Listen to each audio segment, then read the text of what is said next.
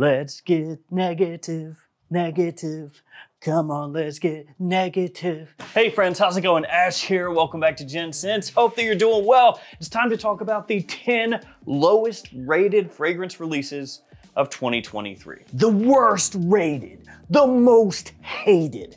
These fragrances on Fragrantica.com didn't get a whole lot of love. So what I did is I looked at the 2023 releases for men on that website. I checked out all of the mid-range and larger releases and looked at their overall score that they had been rated. Then I took the 10 lowest ones, and that's what we're talking about here today. Now, as always with Fragrantica, when a new fragrance comes out, it typically gets review bombed. That's how it is. It's par for the course at Fragrantica, where something comes out and then everybody just jumps on and goes, oh, it's the worst thing ever. And then over time, it starts to usually kind of even out to what the general consensus is, at least as far as the fragrance community goes. So you'll have to let me know down in the comments if you agree with this bottom 10. I was gonna say top 10, but I guess it's bottom 10. And let me know which ones you think get way more hate than they actually deserve. So these are all gonna be linked down in the description below. Let's get it started with number 10, and it's going down. So number 1 is going to be the lowest rated of the bunch. Number 10 is Explorer Platinum from Montblanc. This one, as of recording time, a 3.95 out of 5, which is actually a 7.9 out of 10, which all things considered, not that low, but still, as long as you're taking all of the smaller releases and kind of ignoring them and taking only the releases that people are going to recognize, is the 10th lowest rated. Now, I don't think this fragrance is really that bad, but I can see why it wouldn't rank as highly as some of the other ones that did very well.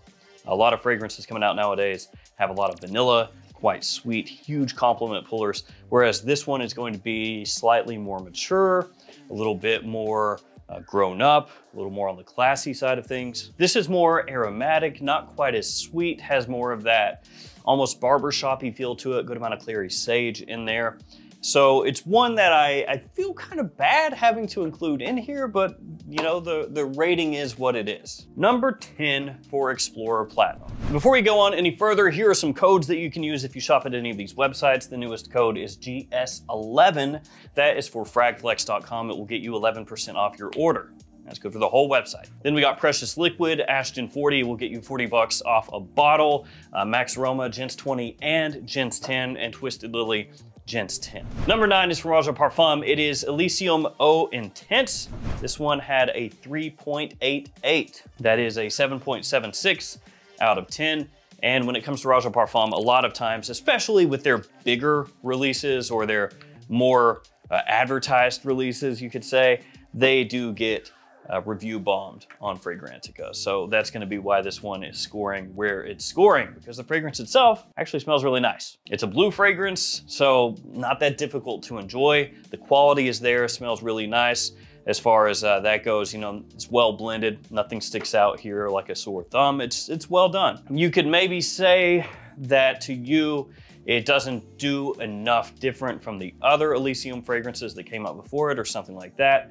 But bottom 10 as far as the overall smell, yeah, I don't think so. Of course, you do have to factor in price when it comes to Raja Parfum, so if that's a big thing for you, I could see that dragging this down a little bit, because it is gonna be more expensive than, you know, pretty much everything else that we talk about in this video. So there is that. Number 8, Myself from Yves Saint Laurent. This one, a 3.85. So that is a 7.7 out of 10 for Myself, and it makes sense. But at the same time, it wouldn't surprise me if this creeps up, you know, toward a 4, something like that as time goes on, because this is the type of fragrance that for somebody looking for something really new, or somebody very into fragrances, has a big collection, this is the type of scent where they're gonna smell it and go, that doesn't do a whole heck of a lot for me. But this is also the type of scent that for your average person is going to be killer, just amazing. And that's because this you can use pretty much anywhere. People are gonna like it. It's very clean. It has almost like a clean laundry-esque feel to it. It's easy to wear. Nothing about it is off-putting. There's not gonna be a person on this planet where if you have that on and you walk by them, that they're gonna smell it and be like, ugh, what is that? Worst comes to worst, they'll be like, oh, that's nice, but nobody's gonna dislike it. And it is a compliment monster. It really is. Every time I've worn this, people go crazy for the stuff. So yeah, it sells extremely well also. So that's why I think it's gonna creep up over time. More people that get this and wear it, they're gonna really appreciate that because it gives you pretty much what you want if you're looking for a fragrance. If you're a normal person, you want something that you can wear to a lot of places, you can do that with this. That gets compliments, you can do that with this. That you don't have to think about. And that's what this is. It is a top seller in the US. And like I said, as more people get this and wear it and have good success with it, they're going to find it on websites like Fragrantica and they're gonna go, oh, that is ranked way too low. That needs to be higher. And they're all gonna vote love and it's gonna creep up over time. That's my guess. So I get it. This is the type of fragrance that's gonna get bagged on when it first comes out, just like Dior Sauvage. And then over time, it's gonna kind of ride a wave. And I will say, I don't hate this stuff at all. Like, I don't smell this and think that it's gross or anything like that. It doesn't blow me away, but as far as usability and everything else that I talked about, it is like a 10 out of 10 for that. So with myself, I see both sides. I can see where you would smell it and think, you know, it's not new enough. It doesn't change anything really, you know, it's whatever, it's generic. At the same time, does it work very, very, very, very well just as a fragrance to boost confidence and have people around you enjoy it? Yeah, like I said, 10 out of 10 for that. So I see both sides here. And to be fair, man, if I'm going out somewhere and I just want to wear something that I know people are gonna like, I will wear that and be happy. All right, next up, Dolce & Gabbana Light Blue Summer Vibes. 3.83 for this one out of 5. So just a little bit underneath myself. That is a 7.66 out of 10. And yeah, this one did not get a huge amount of love, even though the bottle looks so good.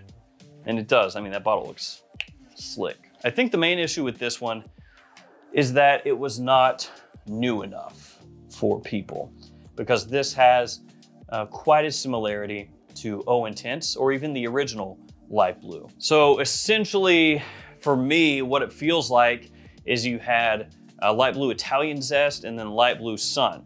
And you could kind of put those together. They were a little bit similar in how they were made.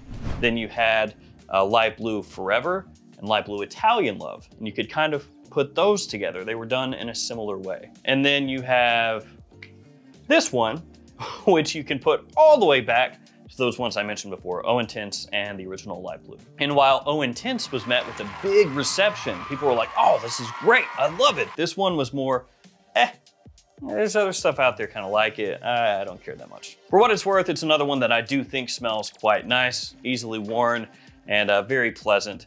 The only drawback is it does have that similarity for me to the other ones. And so if you have those already, this is kind of redundant.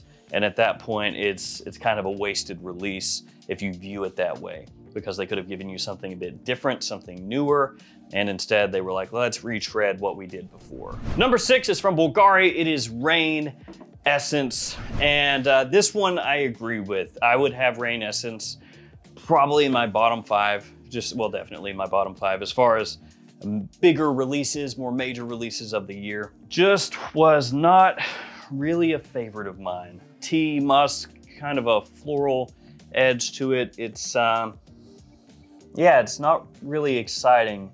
It starts to lean a little bit back towards some of the fragrances that Bulgari had done in its past with tea that were, in my opinion, actually better than this one. 3.82 overall out of 5 for this one, which is a 7.64 out of 10. Though I do want to say one thing really quickly. None of these fragrances really actually smell bad. Even this one that I am not in love with and haven't even worn since I talked about it when it first came out, it doesn't smell bad. If I smelled that on somebody, I wouldn't be like, oh, what is that? You know, designer fragrances are made to smell pleasant. And maybe some of them take off more than others. Maybe some of them catch on more than others.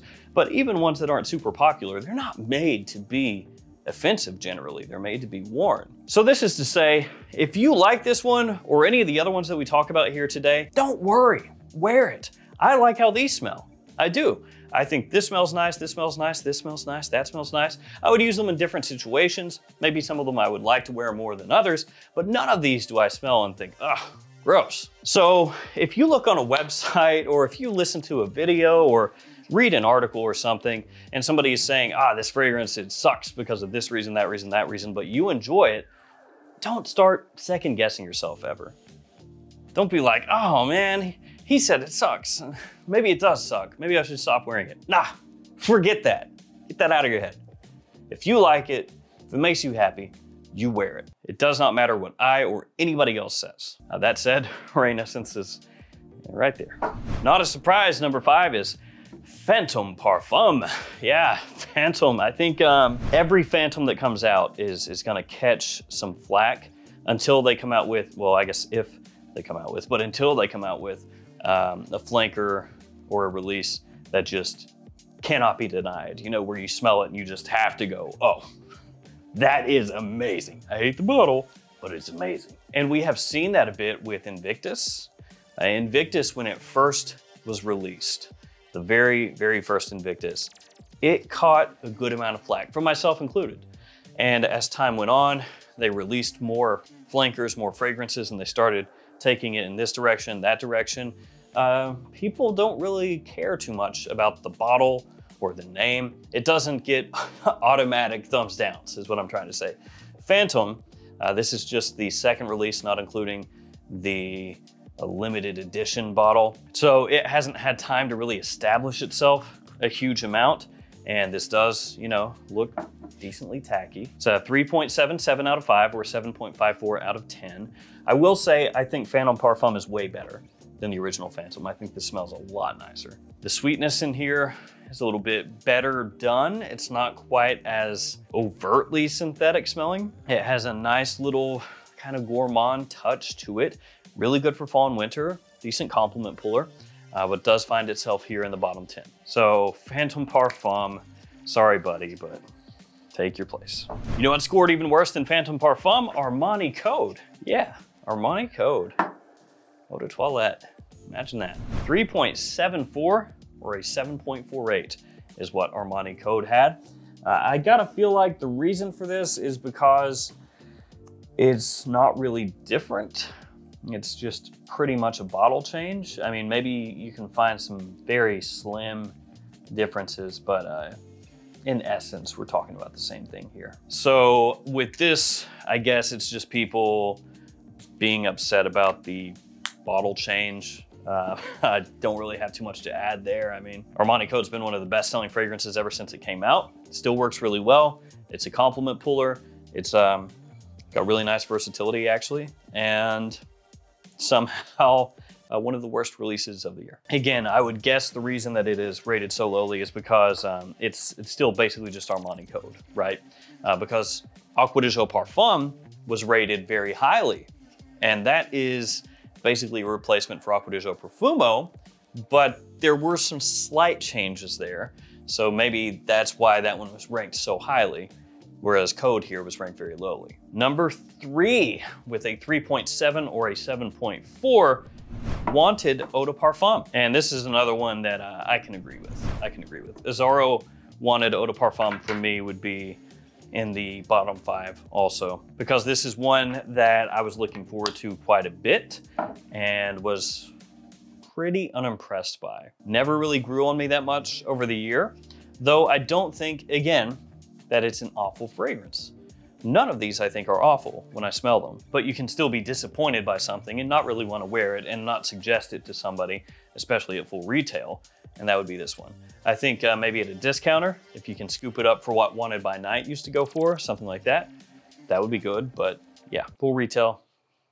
Juniper Sage Vetiver, I kind of lump it in my mind with this one over here, maybe because of the coloration of the bottles, and also because they both have Clarity Sage and very simple note breakdowns, though this one, Explorer, is much more on that classy side of things, with like a little touch of a throwback masculine feel to it, whereas this is more sweet and yeah, just kind of nondescript in a way. Like a worse version of some of the sweeter fragrances that have come out here lately. It's like they thought about going toward that sparkling vanilla side of things that is popping up a lot right now, but they were like, but don't take it all the way over there, but do make it kind of leaning that way with the sweetness, but then also kind of bring it over here, maybe make it a little bit classy at the same time, you know, maybe a touch of like a barbershop thing way underneath it, but also that sweetness, we gotta have that. So they couldn't really decide they wanted to go that way or this way, and instead it's just somewhere in the middle, and you're like, All right, number 2 and number 1, I do not own, which maybe says something, that I didn't even get pumped up enough to buy either one, though I will try to go ahead and scoop these up at some point in the near future. Number 2 is from Azzaro. So, they've got number 3 and number 2. Number 2 is Chrome Parfum. 3.48 for that one, or a 6.96. It's disappointing that Chrome Parfum is apparently so bad, because a lot of the Chrome fragrances that have come out over the past number of years, I've liked a lot, especially at their discounted rates at discounters. So Chrome Aqua, Chrome Extreme, Chrome Eau de Parfum, Chrome Pure, I enjoy all those. But apparently this one is not so great, and it once again has 3 notes, and one of those notes is sage. So yeah, 3 fragrances, all 3 have sage as one of the 3 notes of each of these 3 fragrances, and all 3 are in the bottom 10. And number 1, as of when I'm filming this video, I would assume that these will change over time, move up, move down, who knows? But number 1, which is actually the worst, Calvin Klein Defy Parfum. A 3.35 or a 6.7, which is pretty rough. Simple note breakdown. The most prominent note, according to people on Fragrantica, is cacao, which to me is actually decently interesting sounding. But I actually have, by and large, stayed away from Defy. I bought the original, the Eau de Toilette, and I came away from it thinking, that smells pretty cheap. If you can get it for a cheap price, cool. If you can't, ugh. And so when they came out with the Eau de Parfum and the Parfum, I was not rushing to buy it at full retail, which is why I don't own it. Because even after they popped up at discounters, I was like, there's other stuff I'd rather buy. So again, I will try to pick it up, but honestly, I have not even gone out of my way to smell it. But Calvin Klein Defy Parfum, according to the ratings, is the worst as of right now. So there we go, guys, the 10 worst, lowest rated, most hated fragrances from last year. Let me know what you think about it. Let me know if you agree or disagree. Thank you guys for hanging with me. Stay safe out there. I'll see you tomorrow with another fragrance video. See you guys later.